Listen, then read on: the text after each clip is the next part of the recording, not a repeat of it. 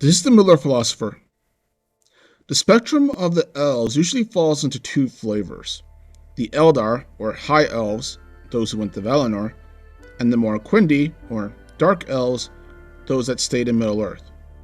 And of the two, the Eldar are usually said to be the ones better off, with some of them that return even being prejudiced to the kindred who did not. But I'm going to go off script here and posit that it was actually the other way around. And what would have happened if all the elves had stayed in Middle-earth instead of any of them going to Valinor? This question was inspired by a commenter in one of my other videos saying that if the elves were meant to be teachers in Middle-earth and that they were enticed to leave, then that would have left humanity largely without such teachers and thus more vulnerable to Melkor's influence. Within the lore of the universe, there is evidence to support that opinion. The Valar, for example, were sharply divided on if the elves should be brought over or remain in potential danger from the unseen foes that remained in Middle-earth proper after their final war with Melkor. And in the Second Age, the Noldor High Elves who remained in Middle-earth after the previous age largely seemed to accomplish this task of mentorship to the first generations of Númenóreans. However, the Moriquendi are stated to have been teaching humanity long before the events of either age.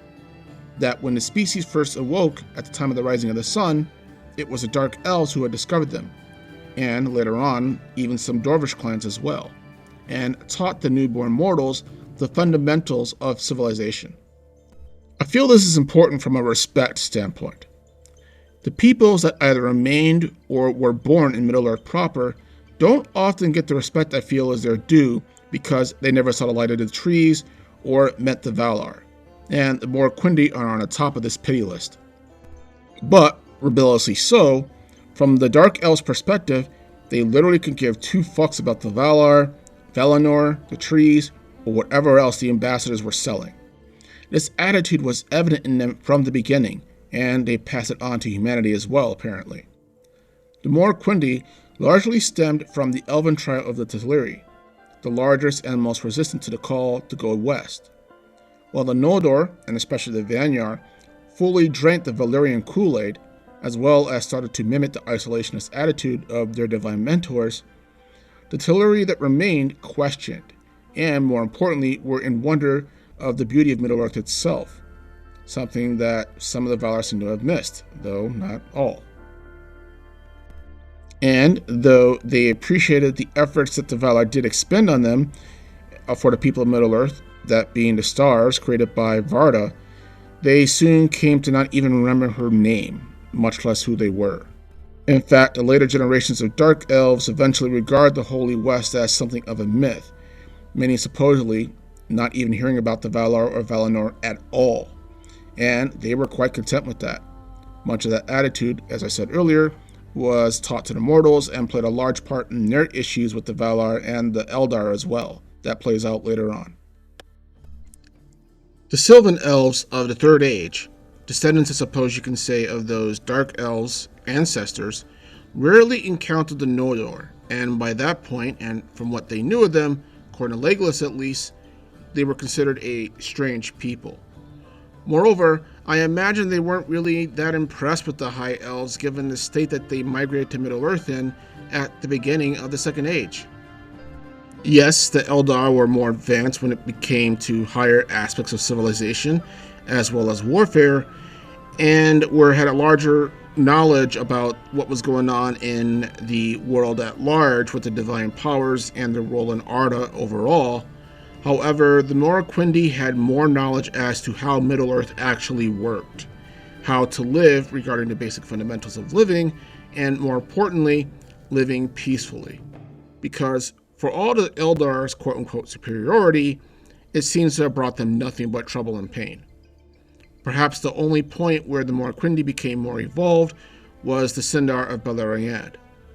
And this was largely thanks to the leadership of the High King Thingol and his wife Melian. The civilization of what became Doriath seemed to strike that balance between higher tier education and culture and also living with nature. If the original purpose was indeed to teach humanity about living in Middle-earth, then the Dark Elves succeeded in this task. I'm not basing success on the level of civilization, mind you, but rather achieving one's purpose. So, the question becomes, what would life have been like had the Great Migration West never took place?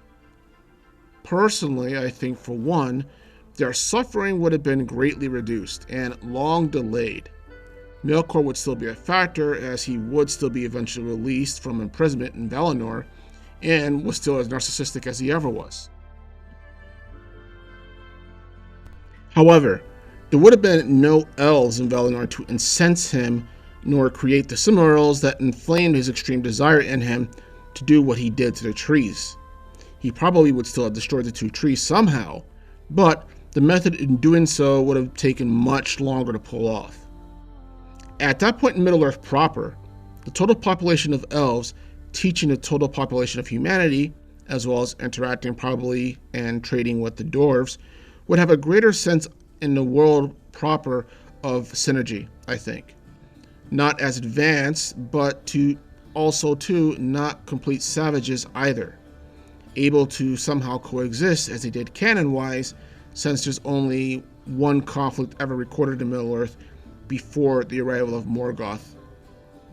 Melkor would have fled like he does in canon, but the larger numbers of elves, humans, and dwarves, and their increased education, trading, and interaction wouldn't have left them in a complete disadvantage to the orcs, I think, since dwarven weapons are proven to be their superior canon-wise anyway, and they did trade with the Sundar canon-wise as well. But perhaps the greatest speculation would be that the Valar would have been forced to act sooner than they did, since there's no Noldor to blame, and the escape of Melkor is entirely upon them, essentially. It's arguable if the Valar could live in Middle-earth proper with the rest of the peoples, given Uru's later insistence on the segregation of mortality and immortality, but an earlier intervention would largely introduce a larger number of Middle-earth inhabitants to their existence, and may have encouraged them to interact more with the Valar, and the Valar to interact more with the inhabitants of Middle-earth, maybe at least for a time. Lastly, though, is that the elves as a whole are creatures of contradiction. Their role was supposed to be one of mentorship, yet half of them skipped on the deal when they left for Valinor. Whom of those that did, most of them wanted nothing to do with Middle-earth at all after that, and for that matter, little to do with each other, if I'm being brutally honest. And yet, the Valar considered these elves to be the cream of the crop? Meanwhile, the lesser elves have a lower tier existence when compared to the Eldar, but overall seem much happier, and stay out of more trouble. In fact, trouble ends up coming to them because of what their smarter kindred were doing, not what they were doing. All this, of course, is just me wearing my tinfoil hat. Despite that, it still stands that the Dark Elves were the ones who were accomplishing the original purpose of the elves in Middle-earth, with the remaining Eldar catching up after an age of war and destruction, and the rest of them going back to Valinor, forsaking mortal lands, mortals, and I would say their original purpose as well. But what do you think? Do you think the Dark Elves did a better job of the High Elves when it came to mentoring humanity?